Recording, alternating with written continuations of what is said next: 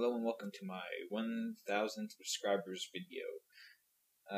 First of all, thank you all for subscribing, and thank some of you for submitting questions. And let's get right to it. Wrestling Fan Raw asks, are you still taking requests for Super Mario Galaxy? I don't guess I am. I think I got a few way back, like a long time ago, but I haven't gotten any for a very, very long time. I don't really want to go back to do the same game over that I did already. I thought about doing a couple of Luigi stars, but it just seemed kind of silly to me because there's no real difference between him and Mario, honestly, besides control. The stages would be the same. But speaking of doing a game over again, here's the next question. Several dozen people ask, are you going to play through Vampire the Masquerade Bloodlines again with some other option?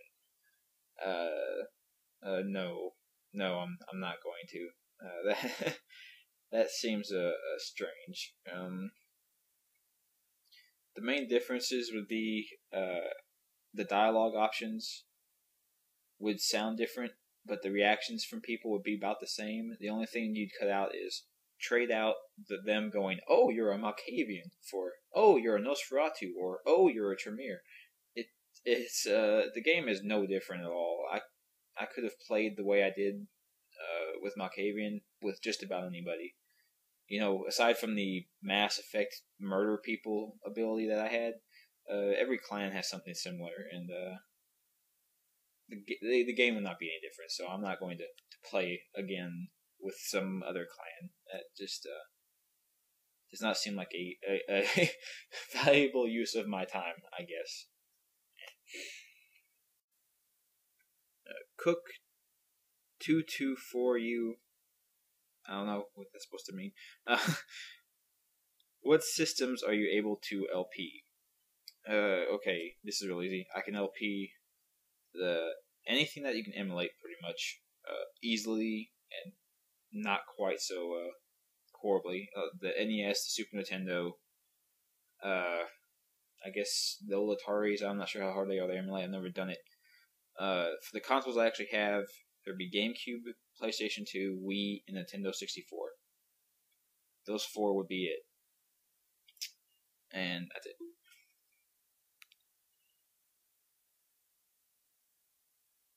I hope I pronounced this right. Katrinonus, yeah. Asks, what is the hardest boss you've ever faced, and what was the cheapest boss you've ever faced? Well, if you watch my vampire videos, you can tell I usually have a little bit of trouble with Brother Vic. But no, I guess the hardest boss I've had to play in the game so far has been the boss for Stage 4 in Ikaruga. That guy is a huge pain in the ass. I've never made it past him because I just don't have the drive and determination and the willpower to play through the game over and over and over again until I learn his pattern. It's I just can't do it anymore. When I was a kid, I'd do it all the time, but I've got too much to do right now to play Ikaruga 20 or 30 times through until I figure out how to beat boss 4, and then try and beat boss 5. I've seen videos for that. That's just ridiculous.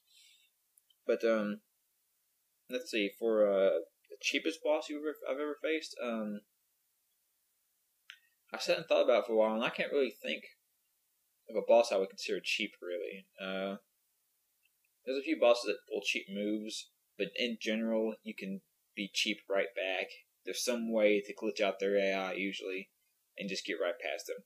But I will say that there's a genre of games which seems to, I don't know, really focus on making sure the last boss is incredibly cheap, and that is fighting games. Just in general, the boss always has some strange move set that nobody else has, nobody else can imitate, and a lot of their moves are usually, take off half your life if you get hit with it.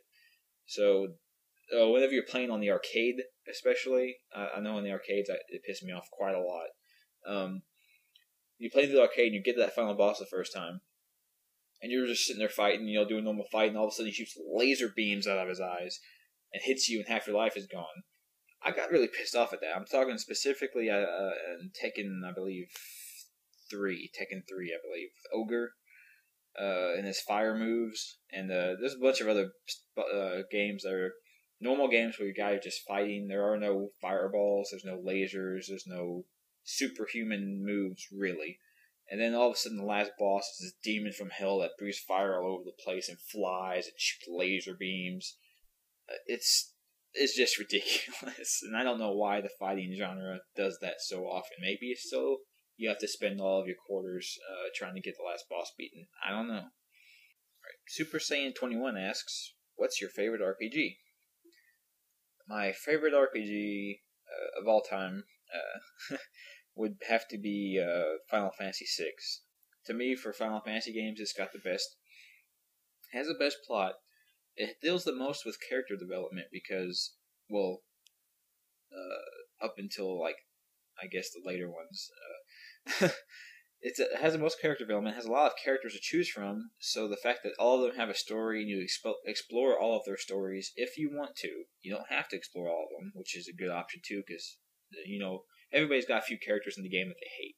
So if you don't have to deal with them, that's always good. But as I was saying, they all have plots. You have to explore all of their plots and deal with their issues. You have to try to recover them from the trauma of the world being destroyed. And the game has my favorite villain for Final Fantasy games, which is Kefka. Mainly because he's just a crazy person. Outside of the Magitech experiments that were done on him that probably drove him a little bit nuts, he is just a normal person who is completely insane and wants to murder everybody for no particular reason that I can never find. It just seems like he hates everybody. So I like his motivations better, I guess. That he's just a random psychopath that wants to murder people more than, for instance, Sephiroth's motives. His motives for the game, as much as you may want to debate me or say I'm wrong, Sephiroth's motivations was, oh, they killed my mommy. That was his reason. He's a fucking mama's boy, and it's just disgusting. I guess that's a little bit of backlash from everyone drooling over him and all the fan fictions about him, and especially the very disturbing gay fan fiction between him and Cloud. That's a little strange. And you know what? If they're both part of the same clone batch, would that technically be them having sex with themselves? I don't know. Rock75 asks, what is the hardest game you've ever played? Hacks don't count, lols. I don't know. For that, does I Want to Be the Guy count? I know technically the difficulty of that game is mainly wrapped up in learning where the death traps are. After you learn where the death traps are, it's basically just a platformer. But it's still a really difficult game. I didn't have the patience to beat it, honestly. I don't have patience for that kind of stuff. So, I don't know. Does that count? It's one of those games that was purposefully made to be unfairly difficult. So, if that doesn't count for you, you don't like that answer, I will go with Ninja Gaiden on the Xbox. Or Gaiden. Is it Gaiden? I don't care. But, that game, I've played it for, I don't know, a few hours, I would say. And okay, without trying to go on a rant here, that game's difficulty is largely based around the fact that they just throw you in the game and say, here, I hope you know what the hell you're doing, because we're not going to tell you. Not only are we not going to tell you, but you're also going to have to know how to do all your special moves and all your great abilities right off the bat, because if you don't, you're going to get raped. Especially by the first boss. It took me forever to beat that guy, because I didn't have people telling me, oh, this is how you do it. Or people telling me, oh, if you just push this button combination, you do the super move that he can't do anything about. And that's bullshit. The game should not do that to you. I don't I'm not saying that the game should hold your hand and the whole thing should be a tutorial, but there should at least be a section that says, this is how you jump. And when you jump, you have all these special abilities you can do from the air. This is how you attack. This is how you string combos together. At least some information. Because I was playing a friend's copy of it, so I had nothing to go on except for the game. And when I was playing the game, I was just stumbling blindly through it because the game does nothing to teach you how to play the game.